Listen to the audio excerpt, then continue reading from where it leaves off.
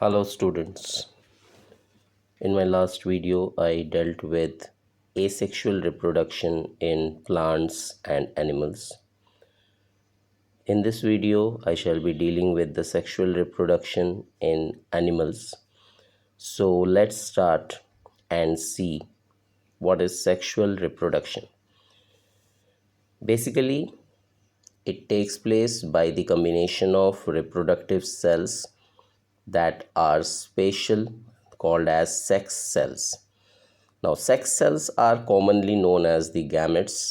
These gametes are of two types, male and female. During reproduction, male gamete fuses with the female gamete to form zygote, and this zygote further develops to form a new organism. Now, let's talk about the sexual reproduction in animals. Basically, man and woman. In animals, particularly in humans, man and woman are present. So what about man? It's having a male sex. Women are having the female sex. So male sex produces sex cells that are sperms, while female sex produces sex cells which are ova or eggs, right? Now this ova or eggs are actually the plural word. Singular word for this is ovum or egg, and they have double X chromosomes, while in case of man they have XY chromosome. Okay, now if we talk about the sperm, this is divided into three parts: tail, middle piece, and the head region. This head region comprises of cytoplasm and nucleus, the middle piece, and then the tail part is called as the flagellum. If we talk about the egg of a female, it comprises of a cytoplasm, nucleus, and having a cell membrane in it. So basically, sperms are 1,000 times smaller than the ovum and has a long tail which helps them in moving. Thus, they are motile by nature. इसका मतलब क्या हुआ? Motile. Motile का मतलब होता है कि वो इजीली मूव कर सकता है. तो न्यूक्लियाई कंटेन्स क्रोमोसोम्स, और इन्हीं न्यूक्लियस में ही क्रोमोसोम्स बैठे होते हैं. Now let's see what is fertilisation. If we talk about this, तो बेसिकली इसमें क्या होता है? For sexual reproduction, male gametes must fuse with the female gametes to form a zygote during the sexual reproduction. Thus, the fusion of a sperm with ovum to form a zygote during sexual reproduction is called fertilization. तो basically यहाँ पे क्या हो रहा है कि mail और female के जो स्पर्म सेल्स हैं उनका आपस में फ्यूज़ होना ज़रूरी है, और उसकी फ्यूजन से ही ज़ाइगोट बनता है. नाउ ज़ाइगोट जो है ये एक्चुअल में क्या है? फर्टिलाइज्ड ओवम या फिर फर्टिलाइज्ड एग है. Now let's see the advantages of sexual reproduction. सबसे पहला एडवांटेज क्या है? जेनेटिक वेरिएशन इज़ पॉसिबल, यानी कि नए जनरेशन में वेरिएशन आ सकता है. Offsprings although similar to their parents are not identical to them due to mixing of genes, यानी कि मदर और फादर के जीन्स के फ्यूज़ होने के बावजूद भी उनमें अलग ही एक आइडेंटिटी आएगी, ना कि सिर्फ किसी एक पेरेंट की आइडेंटिटी आएगी. बेशक उसमें क्या हो जाएगा, ऑफस्प्रिंग में आइडेंटिकल कैरेक्टर आएगा और दोनों के ही कैरेक्टर्स मिल के आते हैं. Species can adapt quickly to change in its surroundings. और इनमें एक एडवांटेज और भी आ जाता है कि जो स्पीशीज़ तैयार होते हैं वो अकॉर्डिंग टू द एनवायरनमेंट अपने आप को अडेप्ट कर सकते हैं. Now the question arises how sexual reproduction occurs. तो basically sexual reproduction in animal takes place in following steps. कुछ स्टेप्स हैं जिसके अकॉर्डिंग यहाँ पे होता है रिप्रोडक्शन. सबसे पहले male produces male gamete, that means sperms. The female produces the female gamete, that is eggs. These eggs are bigger than the sperms, and the sperm enters the ovum and fuses with it to form a new cell which is called as the zygote. This process is called fertilization. तो basically यहाँ पे क्या हो रहा है कि जो male gamete है उसका स्पर्म फीमेल गैमेट के एग के साथ जाके फ्यूज़ होगा और एक जाइगोट बनाता है। इस प्रोसेस को फर्टिलाइजेशन कहते हैं। Now then zygote divides again and again to form a large number of cells which then grows to become a new baby. और फाइनली यही जाइगोट कई बार डिवाइड हो करके अपने आप को एक न्यू बॉर्न बेबी के लिए तैयार करता है। Okay, now let's talk about the next term that is puberty. क्योंकि जब हम बात कर रहे हैं फर्टिलाइजेशन की तो अगली टॉपिक हमें प्यूबर्टी के बारे में भी जानना ज़रूरी हो जाता है। So the age at which a boy or a girl become sexually mature. तो प्यूबर्टी क्या है? वो एज जिसमें बॉय या फिर गर्ल अपने आप को सेक्शुअली मैच्योर कर सकता है। Puberty starts earlier in female child girl. Generally, boys attain puberty at the age of 13 to 14 years and girls attain around 10 to 12 years.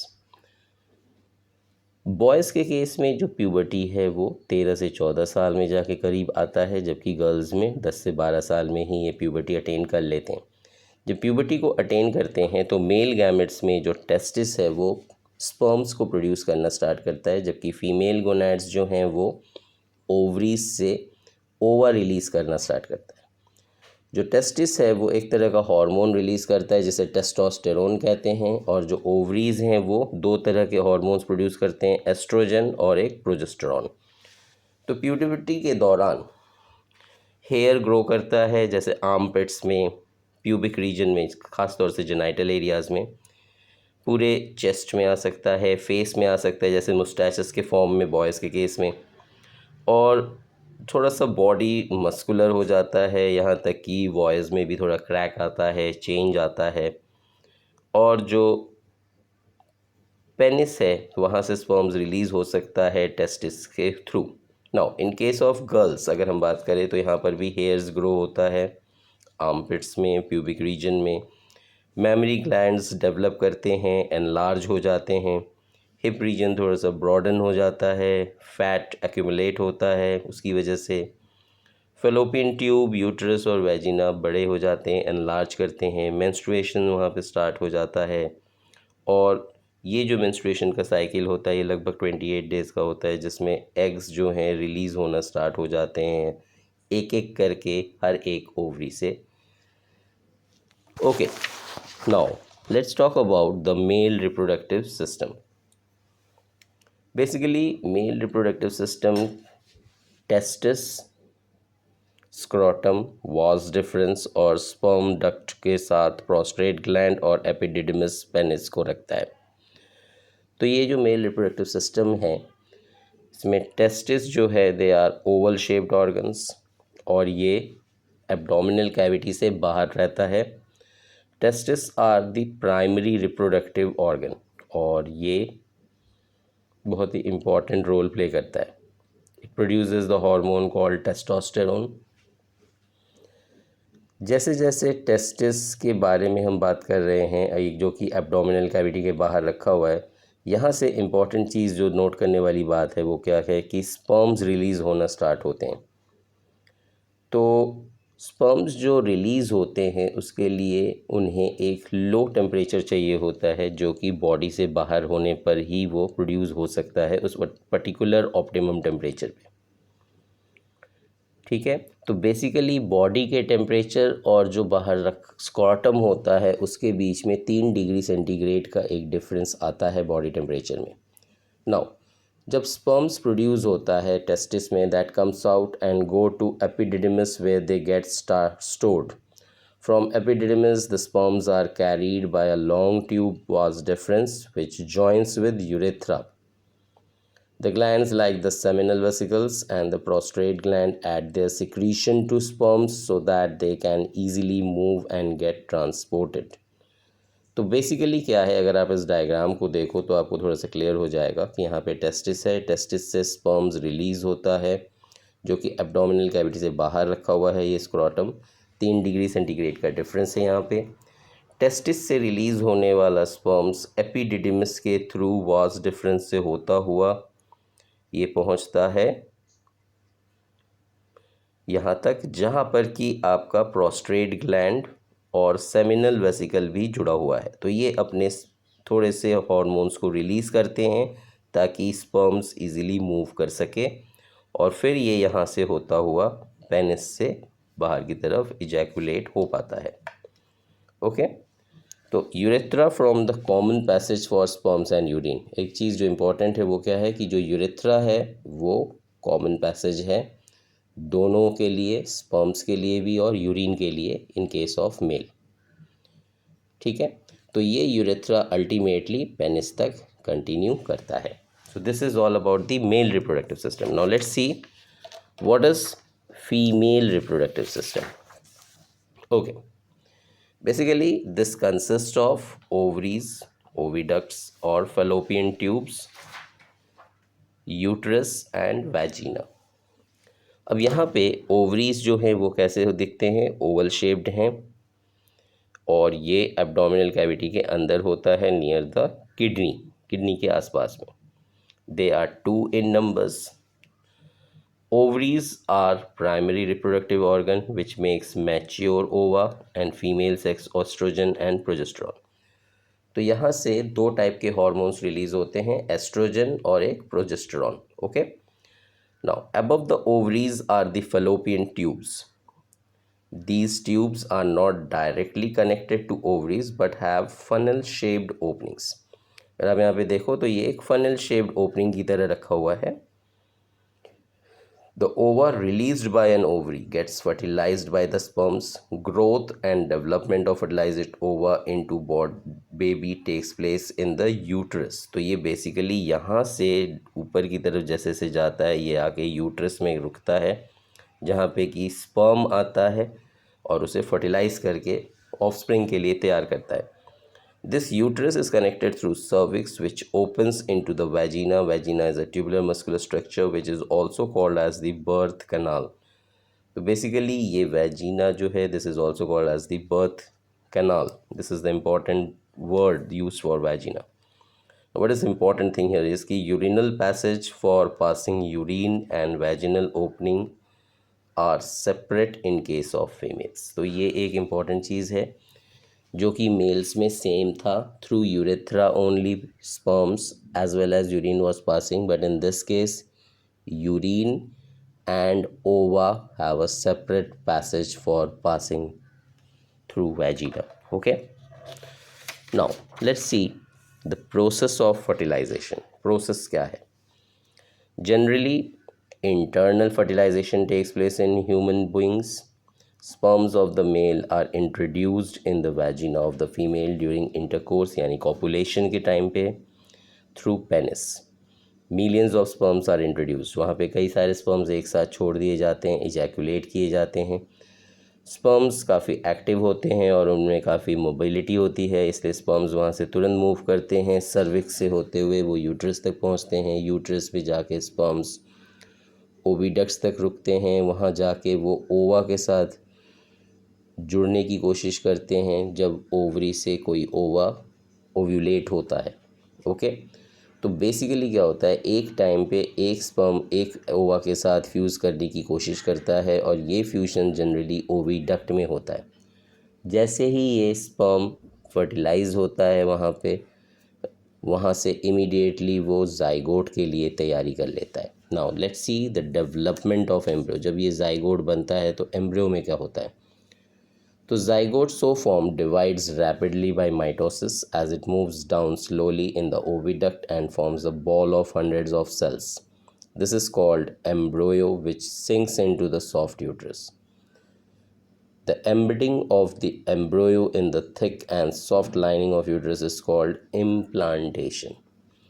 कोशिश क्या होती है कि जैसे ही ओविडक्ट में एक बार ओवा स्पर्म के साथ फ्यूज़ हो गया है वो इमीडिएटली यूट्रस में एक थिक लाइनिंग लेकिन सॉफ्ट कवरिंग के साथ अपने आप को तैयार करता है इम्प्लांटेशन के लिए, और फ्यूज़ होने के बाद वो धीरे धीरे ओविडक्ट से होता हुआ यूट्रस की तरफ आता है ताकि वहाँ पे इम्प्लांट हो पाए।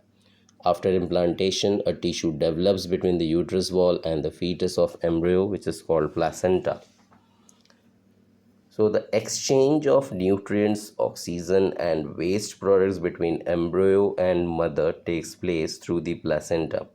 The time period from the fertilization up to the birth of the baby is called gestation. तो वो जो 9 months का पीरियड है that is called as the gestation period. Okay, now let's talk about the menstruation. What is this menstruation? It is the sexual cycle of women, which is called as the menstrual cycle, and this process is called menstruation. तो ये कुछ steps को follow करता है. पहला step क्या है? When a girl child reaches the puberty at the age of 10 to 12 years, sex hormone starts releasing, जिसे हम कहते हैं एस्ट्रोजन. ओके, उस दौरान क्या होता है कि ओवा रिलीज़ करना स्टार्ट करता है हर एक ओवरी से. Now every 28 days one mature ovum is release from one of the ovary to the oviduct. Before ovulation uterus becomes thick and spongy due to tiny blood vessels and prepare itself for fertilization.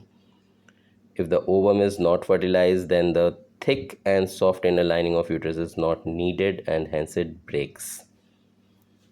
फिर menstruation क्या करता है? It usually occurs for 14 days after ovulation. फिर menstruation ovaries में inner lining को धीरे धीरे start करता है बिल्डअप करना और वो रेडी होता है आने वाले स्पर्म के लिए. If the ovum does not get fertilise, मान लीजिए कि वहाँ पे कोई स्पर्म नहीं पहुँचा और ओवा फर्टिलाइज नहीं हो पाया, तो then menstruation takes place again. Thus in all menstrual cycle last for 28 days. तो जिस तरह से मेंस्ट्रुएशन स्टार्ट होता है वैसे ही एक टाइम पे जाके ये साइकिल बंद भी हो जाता है, which is called as the menopause. So a woman stops ovulating at menopause. It is around the age of 45 to 50 years. तो दिस इज़ द पार्ट जहाँ पे कि वो no longer she can become pregnant. Okay, so this is the menopause part. Now let's see the birth control methods. कुछ birth control methods पे ध्यान देने की ज़रूरत है. Prevention of pregnancy in women is called contraception. All the birth control methods can be broadly divided into 3 categories. एक है barrier method, एक है केमिकल मेथड और एक है surgical method. If we talk about the barrier method, it is generally the use of condoms or caps, जहाँ पे condoms mail use करते हैं and caps are being used by the women. तो caps को सीधे सीधे वुमेन अपने वैजिना में पुट कर लेते हैं so that to cover the cervix, ताकि स्पर्म सर्विक्स से होता हुआ फर्दर आगे तक ना जा पाए. कॉन्डोम्स जनरली मेल्स यूज़ करते हैं ताकि स्पर्म्स उसी में रह जाएं और वो वैजिना में ना जा सकें. Then comes is the chemical method. Chemical method में सिंपली ओरल पिल्स लिए जाते हैं या फिर वैजिनल पिल्स लिए जाते हैं. अगर ओरल पिल्स हैं तो उसे यूज़ किया जाता है रेगुलरली ताकि वो प्रेग्नेंट ना हो. वैजिनल पिल्स लिए जाते हैं जिसमें छोटे छोटे स्पर्मिसाइड्स होते हैं जो कि स्पर्म्स को ख़त्म कर देते हैं. तो that's a type of cream और पिल which is used in the vagina so that sperm gets finished over there in case it comes. तीसरा मेथड है सर्जिकल मेथड, जिसमें either vasectomy in case of male and tubectomy in case of females किया जाता है. Vasectomy में basically एक surgical process होता है जिसमें स्पर्म्स को बाहर आने से रोकने के लिए स्पर्म डक्ट को रिमूव कर दिया जाता है. और ट्यूबेक्टोमी में कोशिश ये होती है कि ओवा रिलीज़ ना हो पाए, इसलिए एक छोटा सा पोर्शन ओविडक्ट का हटा दिया जाता है ताकि वो प्रेग्नेंट ना हो पाए. So in this video I just dealt with the sexual reproduction of animals. Hope you have understood nicely.